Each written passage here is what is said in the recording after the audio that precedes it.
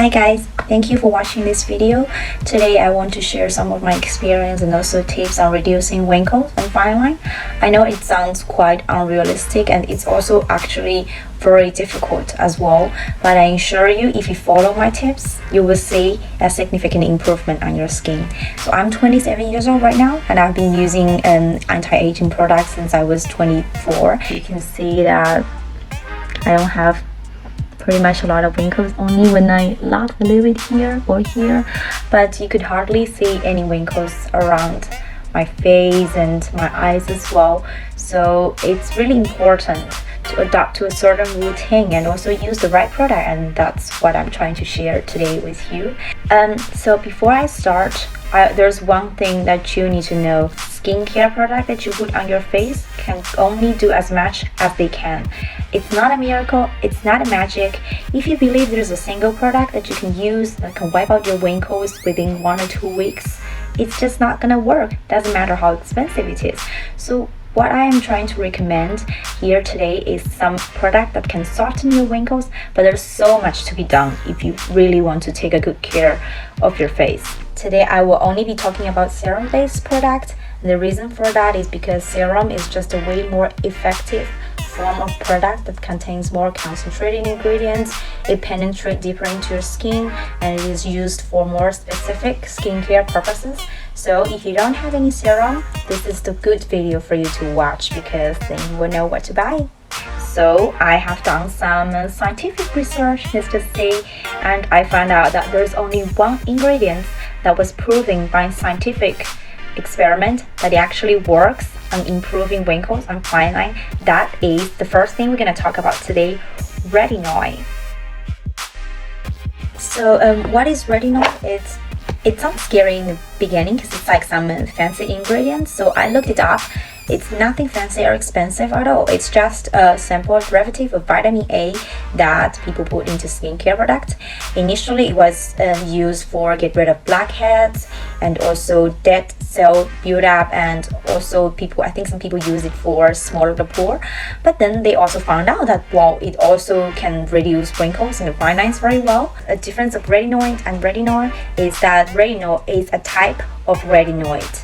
It is more effective in terms of treating wrinkles and the fine line, but the result shows up a little bit slower, and it is also quite irritating for people with sensitive skin. So retinoid is a more stable form. I was very interested by this because I remember I saw a documentary from BBC where they revealed the industry secrets of how beauty and cosmetics and companies do a lot of marketing campaigns and just trick customers into buying super expensive but not so useful serums. I myself was one of it. I spent tons of money to buy those tiny 30 ml serums for like more than €100. I wouldn't say they didn't work, but I just think it didn't pay off as much as I expected. So I looked into the product that's really famous and also contains quite good amount of retinoid, and then I come up with this Elizabeth Andres.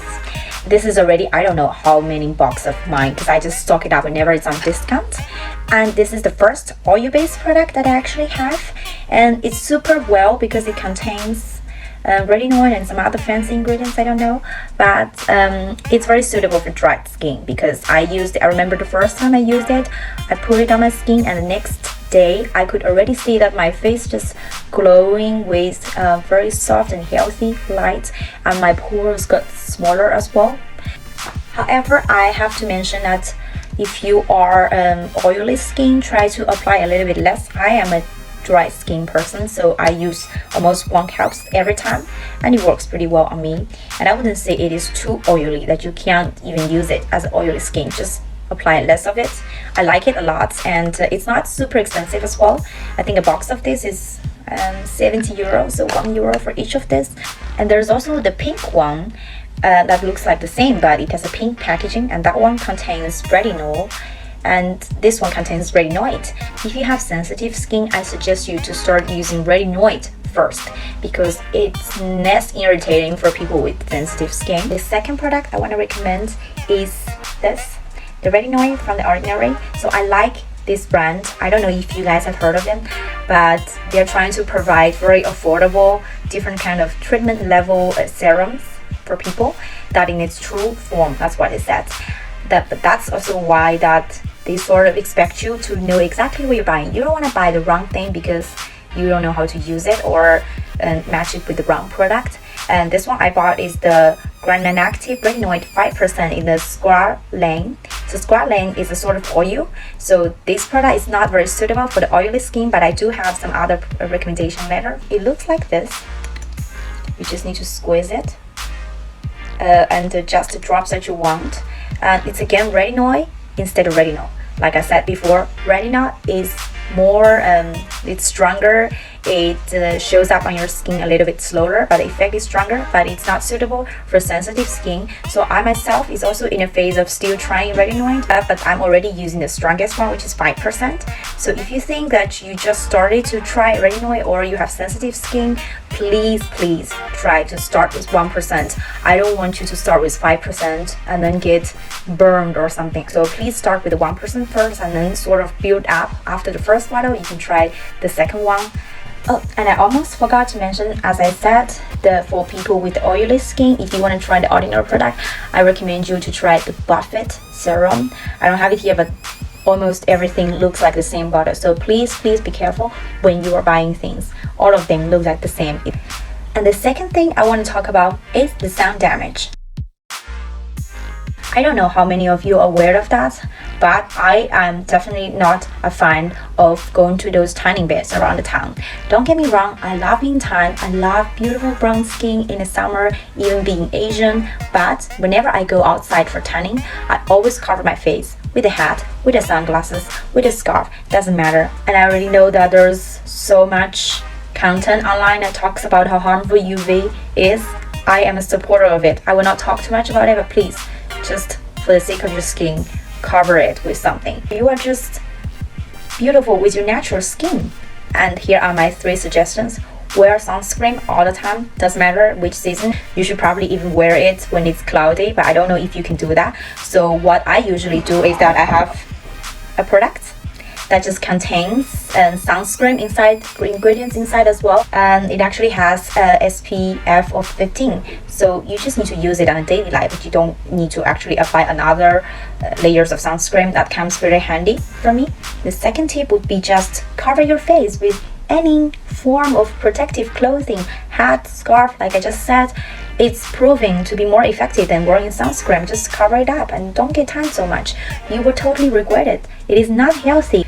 The third would be when you're trying to apply makeups that has a darker skin tone than you actually have, don't overdo it as well. You will look orange.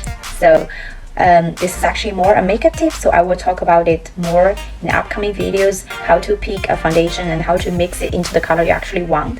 So let's just stop it right there.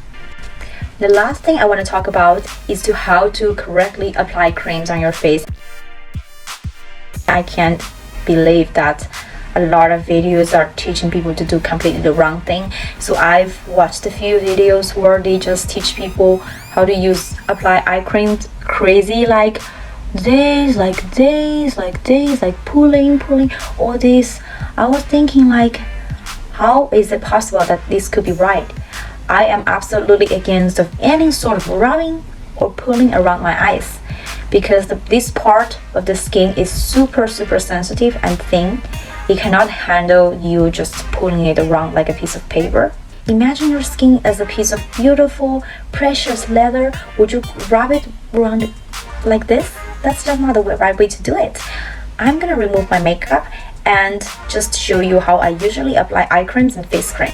Okay, so I am done removing all the makeups. What you need to do is to apply them gently and then just use your face and do a tiny lift. Not, that's not correct. Just do it like this. You see? Massage it all the way up and down to your neck. And also the forehead, you just do gently like this. Again, this part, avoid the eye part, down to your neck, and then the forehead part like this. So both hands like this. And please don't forget your neck. I've been telling people all the time, you don't want to be a girl who has skin like a baby and a neck like a monster. The most important part is the eye cream part. So what you're gonna do is you just tap it gently around your eyes. Please don't do psh, psh, like that. Don't do it. Just tap it gently around your eyes and then do it in a clockwise motion. A little bit here, especially because this corner is where you're going to grow a lot of wrinkles. And just tap it gently, clockwise, clockwise, clockwise, until you feel that the cream has been absorbed into your skin. I don't really understand why people would believe that you could just do this much and it will actually tighten the skin around your eyes. And why would it work? I mean, I already applied a lot of oil-based products, so this is actually pretty smooth. Imagine you're just using water-based product and you're constantly rubbing around your eyes like this. It's just super harmful and it will just give a lot of wrinkles. So please just tap it like this, gently, gently like this, on the forehead like this, and that should be it. Okay, that concludes the end of these videos, and I hope you guys was enlightened by some of the things I talk about. My next video, I will introduce you what kind of beauty equipment I use for tightening up my skin and reduce wrinkles. I'm still new to blogging and vlogging, so it could take a while and maybe I'm making mistakes during the video, and please tell me and I will be happy to hear any suggestions. And I hope you guys enjoyed the video, and I will see you next time.